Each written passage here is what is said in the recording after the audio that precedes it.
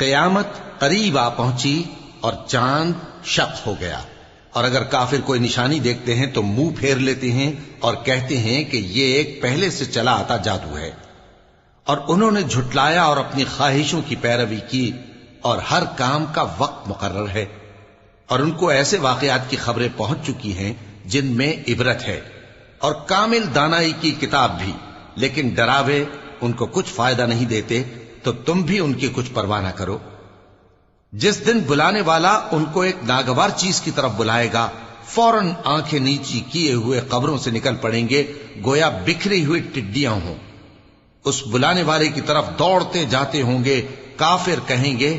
یہ دن بڑا سخت ہے۔ ان سے پہلے نوح کی قوم نے بھی تکذیب کی تھی، تو انہوں نے ہمارے بندے کو جھٹلایا اور کہا کہ دیوانہ ہے، اور انہیں ڈانٹا بھی گیا۔